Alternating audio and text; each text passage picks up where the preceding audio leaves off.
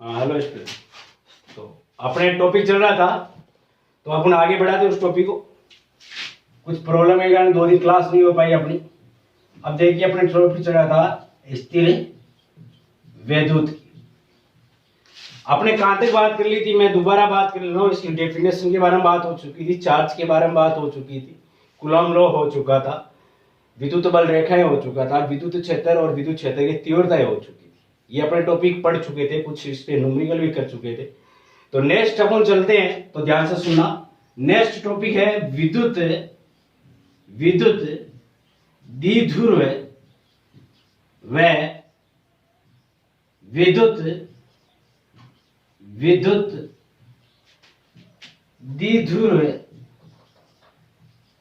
आघूर्ण। समझ लीजिए 1 नंबर का क्वेश्चन यहां से आपकी 100% आएगा। हाँ, कुछ बात मैं आपको और बता देता हूं कि ये टॉपिक अपने 4-5 दिन में जैसे ही कंप्लीट होगा, मैं आपकी एक टेस्ट सीरीज डालूंगा यूट्यूब पे। उसको आपको सर्च करना है, अपने व्हाट्सएप नंबर से मुझे सेंड करोगे सॉल्यूशन करके, फिर आपकी मैं कॉपी चेक करके वापस रिटर्न करूंगा। तो मैं कुछ 10 क्वेश्चन डालूंगा, आपको उसके आंसर ढूंढने, आंसर करके सोल्व करके मुझे वापस सेंड करने। तो याद रहे, टॉपिक एक के बाद साथ साथ नोट्स बनाते जाना, सारा सॉल्यूशन करते जाना, कितने क्वेश्चन आप कर पाते हो। तो यहाँ से बोर्ड ने 1 नंबर का क्वेश्चन पूछ रखा है। तो सबसे पहले देखते हैं विद्युत द्विध्रुव और विद्युत द्विध्रुव आघूर्ण ये क्या है। तो अब सबसे पहले चलते हैं विद्युत द्विध्रुव क्या है। मेरे हिसाब से आपको पता चल गया होगा, मैं मीनिंग बताता हूं, आप ध्यान से सुनना। विद्युत का मतलब मैंने आपसे पहले ही बताया था, आवेश। क्या था? आवेश था। विद्युत का मतलब क्या था? आवेश था। उसके बाद में अपन चलते हैं द्विध्रुव। द्विध्रुव का मतलब होता है 2, ध्रुव का मतलब होता है 1 प्लस तो 1 माइनस, यानी अपोजिट चार्ज, यानी 1 प्लस तो दूसरा क्या होगा? वह माइनस, 2 आवेश। तो विद्युत द्विध्रुव की क्या परिभाषा होगी? 2 आवेश विपरीत प्रगति की। किस प्रगति के?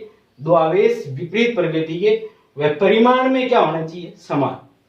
परिमाण का मतलब हुआ कि यदि ये प्लस क्यू है, एक आवेश क्या है? प्लस क्यू, तो दूसरा क्यू ही होना चाहिए, लेकिन होना कैसा चाहिए? माइनस प्रगति। तो ध्यान से सुनना, विद्युत द्विध्रुव का मतलब हुआ 2 समान परिमाण के आवेश वह प्रगति में विपरीत हो, नेचुरली कैसी हो? अपोजिट चार्ज हो, एक पॉजिटिव तो दूसरा नेगेटिव को अति निकट रख दिया जाए। अति निकट या इनके बीच की दूरी कैसी हो? अति अल्प हो, या उनको ये कहे कि दोनों को पास पास रख दिया जाए, तो वह विद्युत द्विध्रुव की क्या करते हैं? रचना। तो ये रहा आपका प्लस क्यू, ये रहा माइनस क्यू, बिंदु आवेश दोनों निकट रख दिया। निकट का मतलब मान लो इनके बीच की निकट दूरी, ये निकट दूरी, या इसको बोलेंगे अल्प दूरी। क्या बोलेंगे? अल्प दूरी रख दिया जाए, तो ये किसकी रचना करते हैं? विद्युत द्विध्रुव की रचना करते हैं। अब आता है विद्युत द्विध्रुव आघूर्ण। तो इसका ज्यादा चेंजिंग नहीं, थोड़ा सा वो एक राशि है, ये इसकी डेफिनेशन। क्या? कि विद्युत द्विध्रुव के किसी एक आवेश का परिमाण अर्थात Q, वह उन दोनों आवेशों के बीच की निकटतम दूरी या अल्प दूरी के गुणनफल को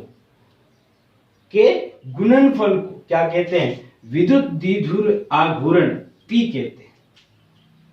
क्या हुआ? निकट दूरी कितनी? इन दोनों के बीच की अल्प दूरी कितनी? 2l मान ली। कुछ बुकों में इसकी 2a भी मिलेगी आपको, नो डाउट, कोई दिक्कत नहीं। 2l लेना जरूरी नहीं, आप इसकी a भी ले सकते हो, l भी ले सकते हो, d भी ले सकते हो, जो आपको अच्छी लगे वो आप ले सकते हो। तो ये तो मैंने इसलिए ली कि इनके बीचों बीच का ये पॉइंट होगा जहां a इधर होगी, या l इधर होगी, l इधर होगी, यानी बीच की दूरी को समान करने के लिए मैंने 2a लिया, या 4a ले सकते हो, या l ले सकते हो, उससे कोई दिक्कत नहीं। तो मैं इनकी डेफिनेशन लिखता हूं, आप देखना। विद्युत, या ले से बोल दूं, 2 समान परिमाण के आवेश या फिर आवेशों को अति अल्प दूरी पर रखते हैं तथा प्रगति में विपरीत होते, विपरीत होते। किसके लिए लिखा मैंने? विद्युत द्विध्रुव, या इसकी डेफिनेशन यूं लिख सकते हैं, दो आवेश परिमाण में समान व प्रकृति में क्या हो, विपरीत, को अति अल्प दूरी पर रख दिया जाए तो वह विद्युत द्विध्रुव की क्या करते हैं, रचना। तो मैं दोबारा लिख देता हूं इसकी, या डेफिनेशन दूसरी, समान परिमाण व प्रकृति में विपरीत आवेशों को अति अल्प दूरी पर रख दिया जाए तो वह विद्युत द्विध्रुव की रचना करते हैं। अब आता है विद्युत द्विध्रुव आघूर्ण की परिभाषा। तो वहां आइए, तो मैं क्या बोलूंगा, इस आघूर्ण की परिभाषा बेटा ध्यान से सुनना आप। इसकी परिभाषा बोलेंगे कि विद्युत द्विध्रुव के किसी एक आवेश का परिमाण व इनके बीच की अति अल्प दूरी के गुणनफल को विद्युत द्विध्रुव आघूर्ण P वेक्टर या P कहते हैं। अर्थात P बराबर किसी एक आवेश का परिमाण लेना आपको, तो एक माइनस क्यू एक प्लस क्यू है, इसमें से कोई एक क्यू परिमाण मतलब प्लस होगा, प्लस क्यू ले लिया, दोनों के बीच की दूरी यानी 2L। तो ये क्या बन गया आपका, विद्युत द्विध्रुव आघूर्ण बन चुका है। स्क्रीनशॉट लीजिए।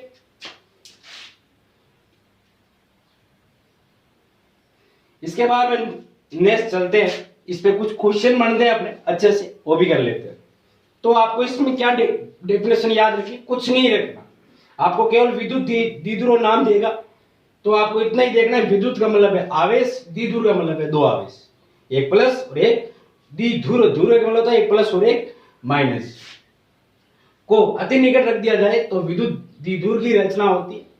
और इन्हीं में से विद्युत द्विध्रुव के किसी एक आवेश का परिमाण व उनके बीच की दूरी, अल्प दूरी के गुणनफल को क्या कहा जाता है, विद्युत द्विध्रुव कहा जाता है। ठीक है, यहां से बोर्ड ने कई बार पूछ चुका है, बोर्ड ज्यादा क्या पूछा जाता है, विद्युत द्विध्रुव को परिभाषित कीजिए और इसके मात्रक वगैरह बताइए। तो अब हम मात्रक की अभी बात करेंगे वैसे, तो आप आगे देखें नेक्स्ट क्या करते हैं अपन इसमें। तो अपना फॉर्मूला विद्युत द्विध्रुव किसे व्यक्त करते हैं बेटा, P से। आघूर्ण को किसे व्यक्त करते हैं, P से। जैसे आप केमिस्ट्री में भी करते हैं, म्यू से करते होंगे, तो P बराबर अपना आया था Q मल्टीप्लाई 2L। 2L क्या था, निकट दूरी यानी अल्प दूरी। अब मैं कह रहा हूं ये सदिश राशि, तो ध्यान से देखना, ये बिंदु आवेश प्लस चार्ज, इसी प्रकार से माइनस चार्ज। अब इसको कई बार ऐसे व्यक्त किया जाए तो आप ये मत समझना कि ये अलग हो गया, ये यूं भी व्यक्त किया मिल सकता है, केवल यू, सिंपल यू। मैं ये गोल सर्किट इसलिए बना रहा हूं कि ये व्यक्त करना चाहता हूं कि ये बिंदु आवेश है, तो उससे कोई दिक्कत नहीं है। अब ये सदिश राशि है, तो याद रखना इसकी जो दूरी मापी जाती है वो माइनस से कहां मापी जाती है बेटा, प्लस की ओर, और वो कितनी 2L वेक्टर लगाई जाएगी। ये डायरेक्शन बताता है किसकी, विद्युत द्विध्रुव आघूर्ण की। तो इसका मतलब इसका सदिश रूप लिखना चाहूं मैं, वेक्टर फॉर्म सदिश रूप। तो वेक्टर फॉर्म अपन कैसे लिखेंगे, तो देखना P वेक्टर बराबर Q, आवेश तो मैंने पहले ही कहा था कैसी राशि है, अदिश, दूरी अपने अदिश है, फिर भी हम इसको सदिश कैसे लिख रहे हैं, क्यों हम डायरेक्शन के साथ आ रहे हैं, इसको माइनस Q से प्लस Q की ओर मापेंगे, तो Q 2L वेक्टर। चलो ये भी हो सकता है आप ये नहीं लिख पाओ तो भी कोई दिक्कत नहीं बेटा, इसको या फिर यूं भी लिख सकते हैं, P वेक्टर बराबर Q इंटू 2L या 2A इंटू कितना P कैप। P कैप क्या है, P कैप इकाई सदिश, या इसको बोलेंगे मात्रक सदिश, इकाई सदिश, मात्रक सदिश बोल सकते हैं, ठीक है। या इसको एक नाम और था एकांक सदिश। अब ये क्या बताता है बेटा, ये द्विध्रुव आघूर्ण की क्या बताता है, दिशा, क्या बताएगा, डायरेक्शन बताएगा, पी वेक्टर। तो ये भी बोल सकते, यदि 2a बोलोगे तो यहां आ जाएगा पी वेक्टर बराबर q इंटू 2a, यहां बोल सकते हैं पी कैप।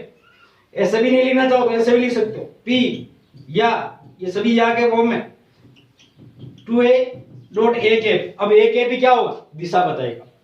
तो a कैप p कैप ये सभी क्या बताते हैं, विद्युत द्विध्रुव आघूर्ण की क्या बताते हैं, दिशा।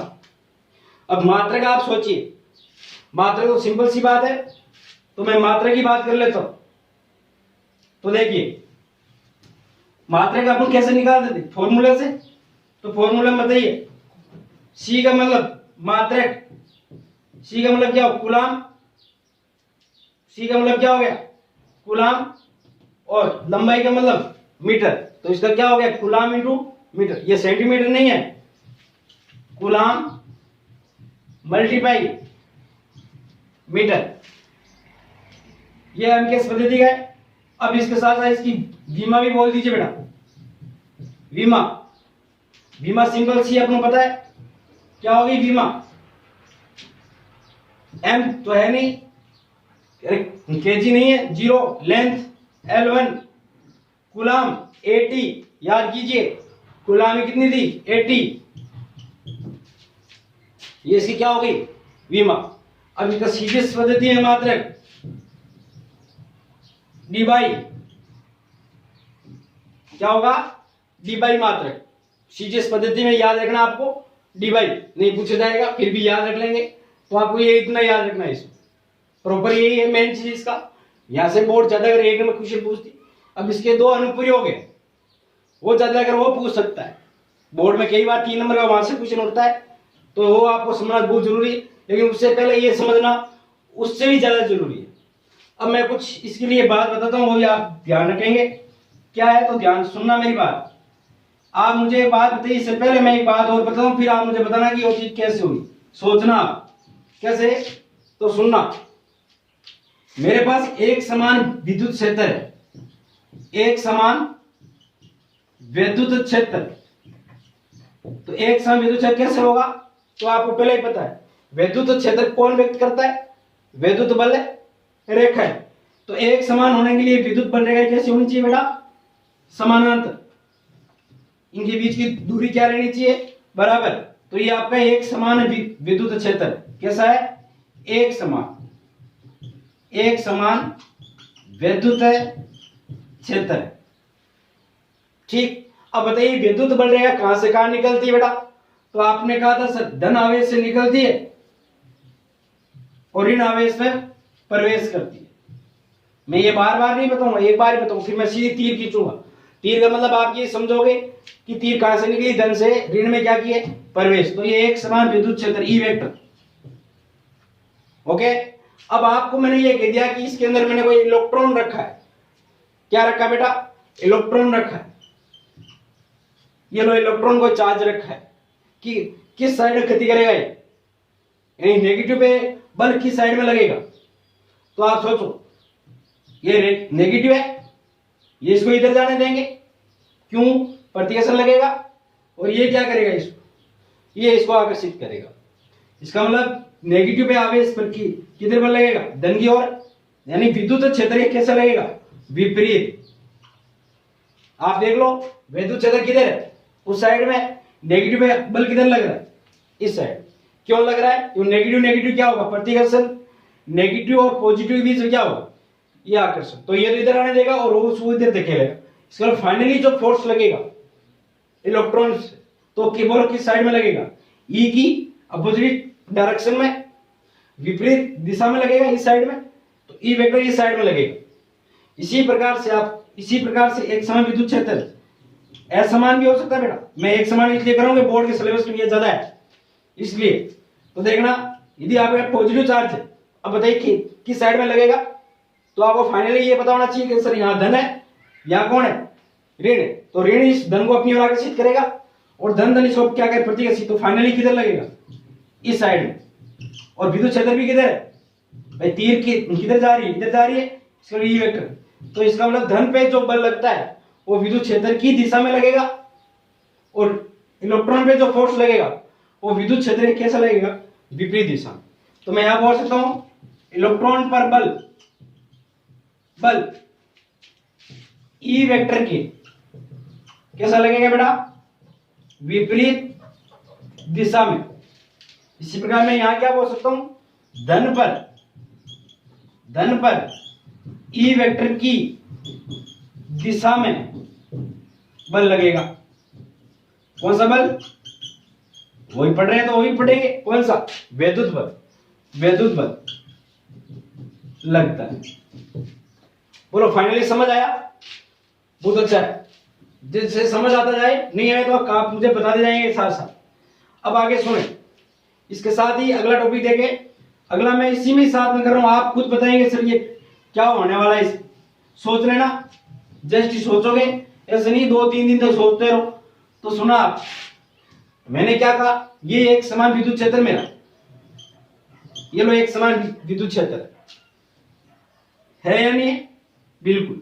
मैंने यहां पे एक वैद्युत द्विध्रुव रख चुका और वो कैसे रखा हूं, यहां पॉजिटिव है और यहां नेगेटिव है, और इसकी क्या डायरेक्शन होगी बेटा, नेगेटिव से पॉजिटिव की ओर, किसकी, विद्युत द्विध्रुव की। मैंने कहा था नेगेटिव से पॉजिटिव की ओर डायरेक्शन होगी, किसकी, पी वेक्टर। पी क्या था, पी वेक्टर बराबर q इंटू 12 या पी कैप, तो पी कैप क्या होगा, माइनस क्यू से प्लस क्यू की ओर, ठीक है।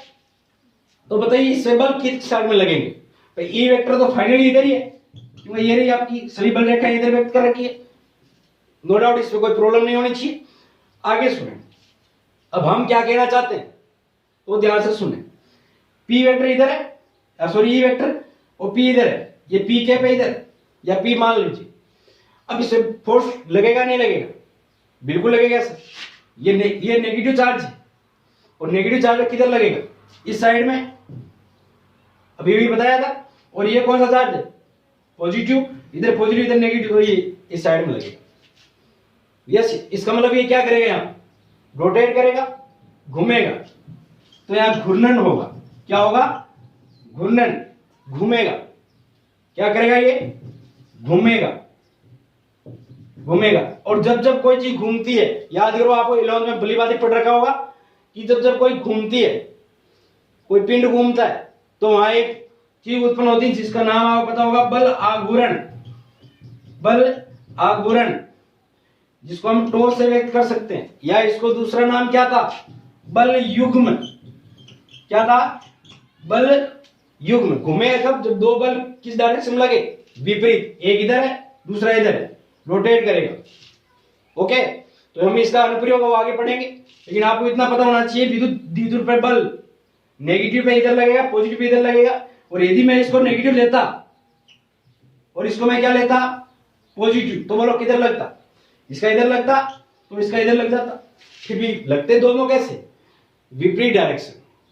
ओके, चलो ये हो गया अपने पास। अब एक छोटा न्यूमेरिकल देखें, तो वो क्या न्यूमेरिकल है, ध्यान से सुनना।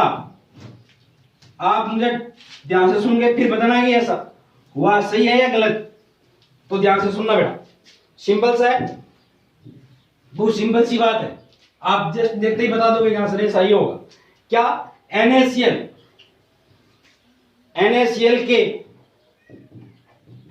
आयनों के बीच, आप एनसीईआरटी के बीच 1.28 एंगस्ट्रॉम की दूरी है, तो द्विध्रुव आघूर्ण ज्ञात करो। जैसे यहां बोलेगा क्या, वैद्युत द्विध्रुव आघूर्ण ज्ञात करो। दिमाग लगे 1 सेकंड के लिए, 10 सेकंड लिया आपने, 10 सेकंड दिमाग लगा के बताइए। सिंपल सी बात है, क्वेश्चन को एक बार और पढ़िए। NaCl के लिए आयनों के बीच की दूरी कितनी है, 1.28 एंगस्ट्रॉम है। तो आपको क्या ज्ञात करना है? विद्युत द्विध्रुव आघूर्ण ज्ञात करना है। तो आप सोचिए कैसे करोगे। मान लीजिए आपको कुछ नहीं पता अभी तक, आपको केवल इतना ही पता है सॉल्यूशन, आपको केवल इतना ही पता है कि P बराबर Q इंटू 12 होता है। 12 क्या है? यहाँ कुछ इसमें गलती कर लेते बेटा। 12 पूरी दोनों आवेशों के बीच की दूरी है। तो मुझे बताइए NaCl कैसे टूटता है? आपको केमिस्ट्री कंपाउंड पता है, Na और Cl दूरी किसमें? इसमें एंगस्ट्रम है, इसका मतलब बहुत कम है। अरे अति अल्प है। अब दूरी अति अल्प है और दो आयन बनेंगे प्लस और माइनस, क्योंकि ये कौन सा कंपाउंड होता है आपके केमिस्ट्री में? ये आयनिक कंपाउंड होता है, आयनिक यौगिक होता है। तो ऐसे टूटेगा और इनके बीच की डिस्टेंस कितनी बोली? 1.2 एंगस्ट्रम, 10 की पावर माइनस 10 मीटर। एंगस्ट्रम किसमें चेंज कर लिया? मीटर में। तो क्या आपको ये ऐसा नहीं लग रहा कि एक धन है एक ऋण है और उसके बीच की दूरी है? तो इसका P बराबर कैसे ज्ञात करेंगे? Q का मतलब कौन है? एक आयन है। एक आयन पे आवेश कितना होता है? तो आप जानते हो एक पे आवेश सर 1.6 इंटू 10 की पावर माइनस 19 होता है। यस या नो? और इंटू डिस्टेंस 1.28 इंटू 10 की पावर माइनस 10 और इसका यूनिट सीएम। यस या नो? सीएम मतलब कूलम इंटू मीटर। ये इसका सॉल्यूशन। बोलो समझ आया होगा? तो नेक्स्ट क्वेश्चन आपके लिए घर के लिए देखिए, घर के लिए क्या है वो भी सुन लीजिए।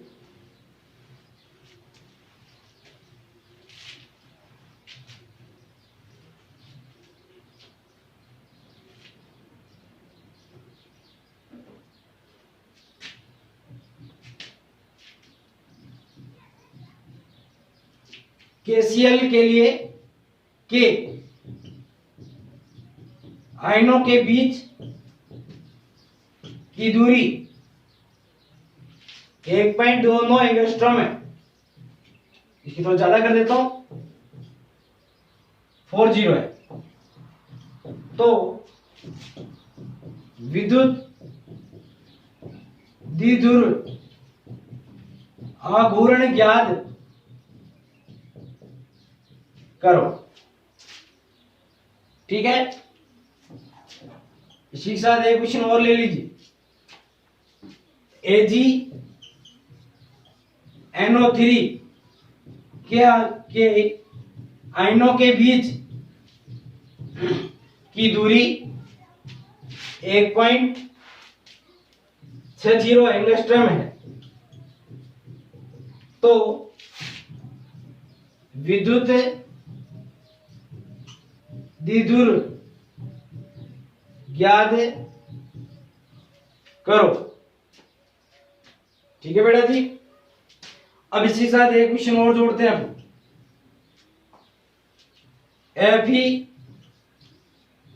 FeSO4 अच्छा क्वेश्चन है। FeSO4 यदि आयनों में टूटता है और इनके आयनों के बीच की दूरी 1.65 एंगस्ट्रॉम है, तो विद्युत द्विध्रुव आघूर्ण ज्ञात करो। इस क्वेश्चन को ध्यान से करना, गलती होने की यहां संभावना यहां नहीं होने वाली। चलो बाकी अपन पढ़ेंगे किस नेक्स्ट क्लास में। तो आगे से आप इस बात को ध्यान रखेंगे कि अपने जो नोट्स आप साझा बनाते जाओगे 4-5 दिन में, जैसे ये टॉपिक कंप्लीट होगा मैं आपके तुरंत ही क्या कर देंगे, टेस्ट लेंगे, व्हाट्सएप नंबर आप सेंड कर देंगे, मैं कर दूंगा वैसे आपको। तो उससे अपन क्या करेंगे, एक के बाद एक जिनको टेस्ट सीरीज में शामिल होना है वो वाले ही स्टूडेंट आए, जिनको टॉपिक साझा पढ़ रहे हैं वही, बाकी फालतू नहीं।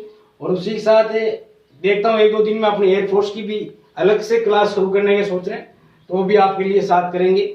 और कोशिश ये भी है कि जिसमें एयरफोर्स वाइज शुरू करेंगे उसमें जो 11th का किसी का बेस वीक है तो वहाँ वो ज्वाइन कर ले, ताकि उसमें आपको 11th का जो बेसिक है वो वहाँ कंसेप्ट आपके क्लियर हो जाएंगे। क्योंकि मैं जो ये कोर्स की शुरू करने जा रहा हूँ उसमें अपन के पास क्या है कि पहले 11th का टॉपिक शुरू करेंगे।